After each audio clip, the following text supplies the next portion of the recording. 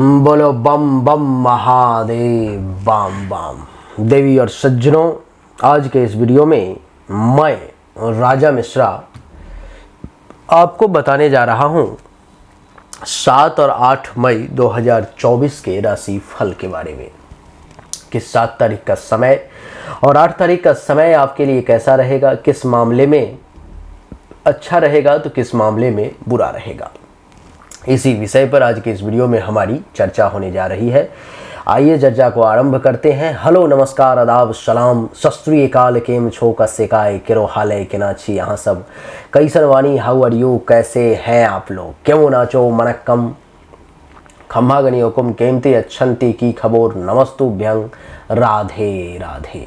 देवी और सज्जनों, आइए सबसे पहले पंचांग जान लेते हैं। 7 और 8 तारीख के 7 तारीख को चतुर्दशी तिथि है, अश्विनी नक्षत्र है, मंगलवार का दिन है, चंद्रमा मेष राशि में रहेंगे। शुभ समय 11:50 AM से 12:44 PM तक का है।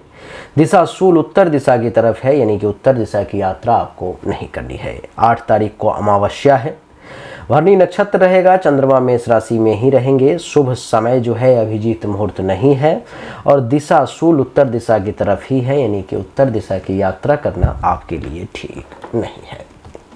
आइए अब चर्चा को आरंभ करें, राशि फल की तरफ बढ़ें। मेष राशि वालों के लिए चंद्रमा का प्रवेश जो है सो कुंडली के प्रथम भाव में यहाँ पर में होगा। चंद्रमा कुंडली के प्रथम भाव में प्रथम भाव में मेष राशि वालों के लिए चंद्रमा के बैठने के कारण इस समय में आपको मेष राशि वाले इन 2 दिनों में 7 और 8 तारीख को सुख और आनंद के प्राप्ति का योग है। किसी प्रकार का हेल्थ वाइज इशू है, बीमारी है, उससे आपको राहत हो जाएगी। बढ़िया भोजन, उत्तम भोजन, वस्त्र और सैया सुख के प्राप्ति का भी आपको योग बन रहा है। जीवन साथी अथवा प्रेमी प्रेमिका के साथ संभोग का अवसर आपको प्राप्त होगा। उपहार और धन प्राप्ति के भी विशेष योग आपके लिए बनते हुए नजर आ रहे हैं। इस समय में चंद्रमा के प्रथम भाव में बैठने के कारण आप बलवान अपने आप में महसूस करेंगे। धन संपत्ति की कहीं न कहीं से कुछ प्राप्ति हो सकती है। सुख का भोग करेंगे। बिजनेस व्यवसाय बढ़िया चलेगा। गायन वादन की तरफ कुछ रुझान रहेगा और मन में आलस्य थोड़ा सा आपको घेर सकता है।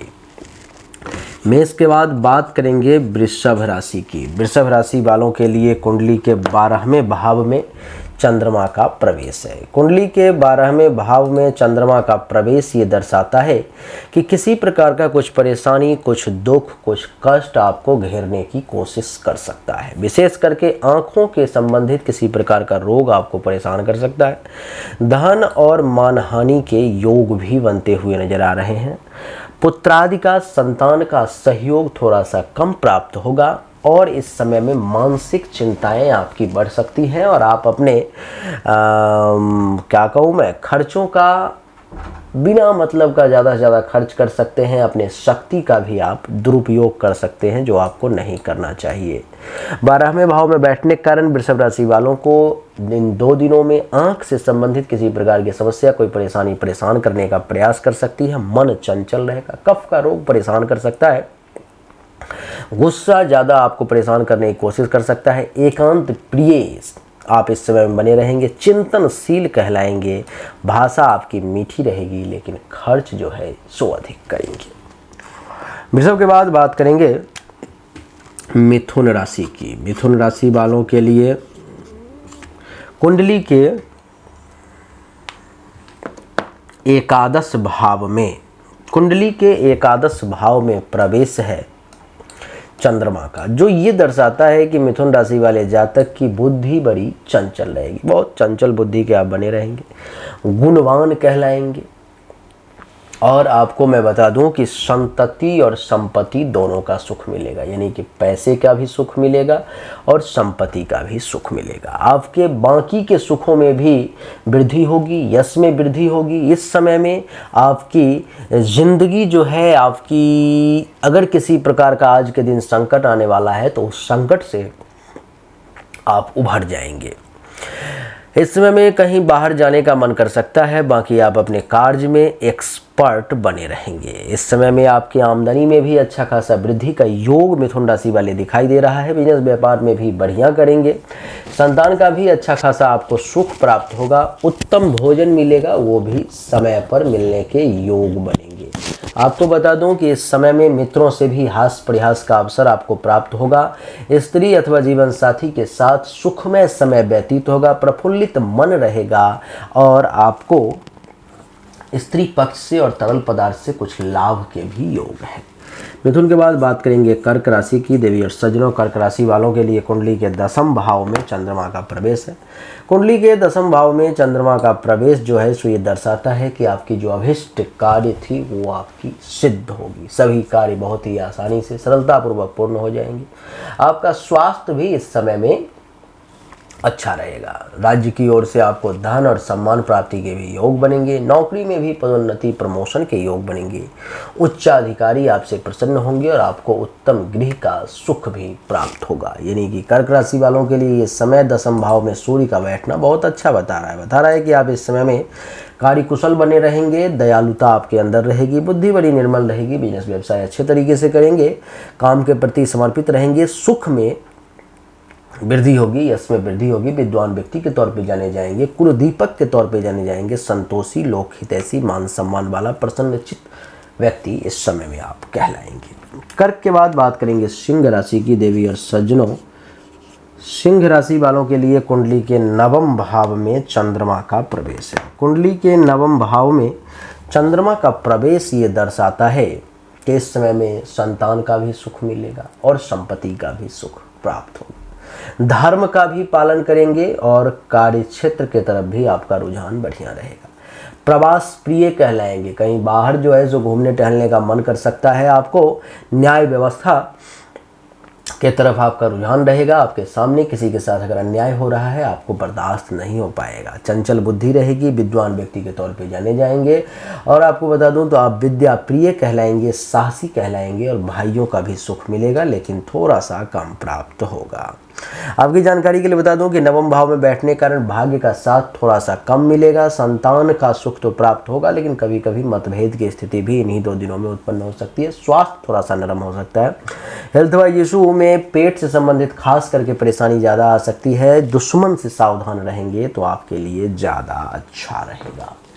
सिंह के बाद बात करेंगे कन्या राशि की। देवी और सज्जनों, कन्या राशि वालों के लिए कुंडली के 8वें भाव में प्रवेश है चंद्रमा का।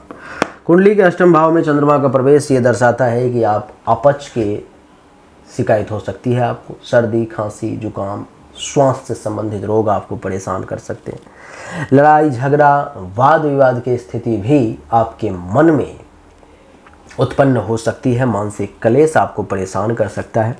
नियत समय पर में अच्छा भोजन मिलता हुआ नजर नहीं आ रहा है। अचानक से किसी प्रकार का कोई कष्ट आपको घेरने की कोशिश कर सकता है और धन के भी नुकसान का योग है। देवी और सज्जनों, कन्या राशि वालों के लिए कुंडली के 8वें भाव में प्रवेश है चंद्रमा का, जो ये भी दर्शा रहा है कि कुछ विकार आपको परेशान कर सकता है। इस समय प्रमेह रोग के कारण भी आप थोड़े से परेशान हो सकते हैं। काम वासना की अधिकता रह सकती है। बिजनेस व्यापार से लाभ मिल सकता है। वाचाल प्रकृति रहेगी, ज़्यादा बोलेंगे, स्वाभिमानी कहलाएंगे। किसी बंधन से दुखी हो सकता है मन आपका और ईर्ष्या भी किसी व्यक्ति विशेष से आपको हो सकता है। कन्या के बाद बात करेंगे तुला राशि की। तुला राशि वालों के लिए कुंडली के 7वें भाव में चंद्रमा का प्रवेश है। कुंडली के 7वें भाव में चंद्रमा का प्रवेश ये दर्शाता है कि आपको धन का लाभ मिलेगा। कहीं ना कहीं से पैसे की आपको प्राप्ति होगी। पर्याप्त काम सुख, सेक्सुअल सेटिस्फैक्शन की प्राप्ति होगी। छोटी छोटी लाभदायक यात्राएं भी होती हुई नजर आ रही हैं। वाणिज्य और व्यवसाय से भी आपको लाभ मिलेगा। उत्तम भोजन की प्राप्ति होगी। क्षीर आदि पेय पदार्थ के साथ शयन सुख भी मिलेगा। स्वास्थ्य भी तुला राशि वालों का अच्छा रहेगा। वाहन और ख्याति के प्राप्ति के भी योग जो हैं आपके लिए दिखाई दे रहे हैं। और आपकी जानकारी के लिए बता दूं कि 7वें भाव में बैठा हुआ ये चंद्रमा बता रहा है कि आप सभ्य व्यक्ति के तौर पर जाने जाएंगे। आपका पेशेंस लेवल अच्छा रहेगा। नेता क्वालिटी यानी कि लीडरशिप क्वालिटी आप में डेवलप होगी। एक अच्छे विचारक के तौर पर में भी आप जाने जाएंगे। जल यात्रा वगैरह करने का मन करेगा। थोड़े से अहंकारी, थोड़े से अभिमानी और बिजनेस व्यापार में तो आप एक्सपर्ट इस समय में कहलाएंगे। वकील वर्ग के लोगों के लिए समय बढ़िया है। आपकी कीर्ति में वृद्धि होगी, स्वभाव शीतल रहेगा और स्फूर्तिमान बने रहेंगे। तुला के बाद बात करेंगे वृश्चिक राशि की। देवी और सज्जनों, वृश्चिक राशि वालों के लिए कुंडली के अष्टम भाव में चंद्रमा का प्रवेश है। कुंडली के अष्टम भाव में ये बैठा हुआ अष्टम कह रहा हूँ, छठे भाव में बैठा हुआ चंद्रमा ये दर्शा रहा है कि वृश्चिक राशि वालों को कफ का रोग, सर्दी, खांसी, जुकाम कुछ परेशान कर सकता है। जिंदगी पर में किसी प्रकार कोई संकट आ सकता है। किसी विषय, वस्तु, व्यक्ति की तरफ आपकी आसक्ति हो सकती है। खर्चीला स्वभाव जो है सो इस समय में आपके बारे में देखने को मिलेगा। आंख से संबंधित परेशानी और भाइयों से आपका प्रेम जो है सो बना रहेगा। कुंडली के छठे भाव में बैठने के कारण आपको धन का लाभ भी मिलेगा। स्वास्थ्य से संबंधित कुछ परेशानी तो आएगी लेकिन ठीक भी हो जाएगी। यश और आनंद की प्राप्ति होगी। महिलाओं से संपर्क बढ़ता हुआ भी नजर आ रहा है। अपने घर में सुख की प्राप्ति होगी। शत्रु पराजय होंगे। रोग का नाश भी होगा लेकिन खर्चा थोड़ा सा अधिक होगा। वृश्चिक के बाद बात करेंगे धनु राशि की। धनु राशि वालों के लिए कुंडली के पंचम भाव में चंद्रमा का प्रवेश है। कुंडली के पंचम भाव में बैठा हुआ चंद्रमा ये दर्शा रहा है कि यात्रा पर में विशेष ध्यान ना दें अथवा यात्रा करते वक्त बहुत संभल के चलें, क्योंकि यात्रा में कष्ट की संभावना है। दुर्घटना के योग है। कार्य सफल होता हुआ नजर नहीं आ रहा है। मन में किसी प्रकार की अशांति, कुछ परेशानी आपके सामने में आ सकती है। धन के हानि का योग है। पेट से संबंधित किसी प्रकार की समस्या आपके सामने में आ सकती है। काम वासना की अधिकता और उचित सलाह इस समय में आप किसी को ना दें तो ज़्यादा बढ़िया रहेगा। पंचम भाव में बैठा हुआ चंद्रमा ये भी दर्शा रहा है कि मन चंचल रहेगा। कन्या संतान है तो उसका सुख मिलेगा। चरित्र अच्छा रहेगा। जुआ, सट्टा, लॉटरी से कुछ लाभ मिल सकता है और स्वभाव क्षमाशील रहेगा। धनु के बाद बात करेंगे मकर राशि की। मकर राशि वालों के लिए कुंडली के चौथे भाव में देवी और सज्जनों चंद्रमा का प्रवेश है। कुंडली के चौथे भाव में चंद्रमा का प्रवेश ये दर्शाता है कि दान पुण्य करने का अवसर मिलेगा। मान सम्मान का प्राप्ति होगा। आप एक सुखी व्यक्ति के तौर पर में मकर राशि वाले जाने जाएंगे और उदारता आपके अंदर रहेगी। किसी प्रकार का बीमारी है, हेल्थ वाइज इशू है तो उससे राहत हो जाएगा। राग द्वेष से वर्जित रहेंगे इस समय में। किसान वर्ग के लोगों के लिए भी समय बढ़िया है। जिसका विवाह हो चुका है उसको आज और कल में भाग्य का साथ मिलेगा। जलजीवी की तरफ आपका आकर्षण रहेगा और बुद्धिमान तो आप हैं ही और इस समय में बुद्धिमान कहलाएंगे भी। चौथे भाव में बैठने के कारण अपने लोगों से वाद विवाद हो सकता है। मन चंचल रह सकता है। छाती से संबंधित किसी प्रकार के विकार की संभावना सामने आ सकती है। भोजन सही समय मिलता हुआ नजर नहीं आ रहा है। नींद से संबंधित कुछ बाधाएं आपको परेशान कर सकती है। जल और स्त्री जाति से भी कुछ भय का योग है। आपको समाज में भी कुछ अपमान हो सकता है और स्त्री के सुख में कुछ कमी का योग है तो उस मामले में थोड़ा सावधान रहें। मकर के बाद बात करेंगे कुंभ राशि की। तो कुंभ राशि वालों के लिए देवी और सज्जनों कुंडली के तीसरे भाव में है चंद्रमा का प्रवेश। कुंडली के तीसरे भाव में चंद्रमा का प्रवेश ये दर्शाता है कि आपको धन प्राप्ति के योग बन रहे हैं। वस्त्रादि का अच्छा खासा सुख मिलेगा। स्वास्थ्य भी अच्छा रहेगा। शत्रुओं पर विजय प्राप्त करेंगे। मन प्रसन्न रहेगा। प्रेमी प्रेमिका से सहवास का सुख भी प्राप्त होगा। बंधुजनों से लाभ भी मिलेगा। व्यक्तियों से संपर्क बढ़ता हुआ भी नजर आ रहा है और भाग्य में भी वृद्धि के अच्छे खासे योग आपके लिए बनते हुए नजर आ रहे हैं। देवी और सज्जनों इस समय मन प्रसन्नचित रहेगा। आपका तपस्वी व्यक्ति के तौर पे जाने जाएंगे। आस्था ईश्वर में बनी रहेगी। भाषा बड़ी मीठी रहेगी। कफ का रोग कुछ परेशान कर सकता है और प्रेम संबंध के मामले में समय निश्चित तौर पे बढ़िया है। कुंभ के बाद राशि चक्र की अंतिम राशि यानी कि मीन राशि। मीन राशि वालों के लिए कुंडली के द्वितीय भाव में चंद्रमा का प्रवेश है। कुंडली के दूसरे भाव में चंद्रमा का प्रवेश ये दर्शाता है कि आपके लिए ये समय मीठा वचन बोलने का है। बड़े मधुरभाषी बने रहेंगे आप। शरीर सुंदर दिखेगा। भोग विलास करने का अवसर प्राप्त होगा। कहीं घूमने टहलने जाने का मन कर सकता है। सहनशील, शांति प्रिय बने रहेंगे और भाग्य का भी खूब साथ मिलेगा। दूसरे भाव में बैठने के कारण इस समय में मानसिक तौर पर में कुछ असंतोष भी आपको हो सकता है। परिवार के लोगों से संबंध में कुछ खराबी हो सकती है। आंख से संबंधित किसी प्रकार की पीड़ा आपके सामने में आ सकती है। कोई रोग भी परेशान कर सकता है। अच्छा भोजन और सुख प्राप्ति का योग नहीं नजर आ रहा है। कार्य में असफलता मिलने के भी योग नजर आ रहे हैं और पाप कर्मों की तरफ आपकी रुचि बढ़ सकती है और विद्या और अच्छे कर्मों की तरफ आपकी रुचि कम हो सकती है। ऐसा योग नजर आ रहा है। तो देवी और सज्जनों 7 और 8 तारीख का मेष से लेकर के मीन तक की यही कहानी थी जो हमने आपको बताई। उम्मीद करता हूँ कि ये छोटा सा वीडियो आपको निश्चित तौर पे पसंद आया होगा, अच्छा लगा होगा। अगर आपको अच्छा लगा, पसंद आया तो इस वीडियो को लाइक करें।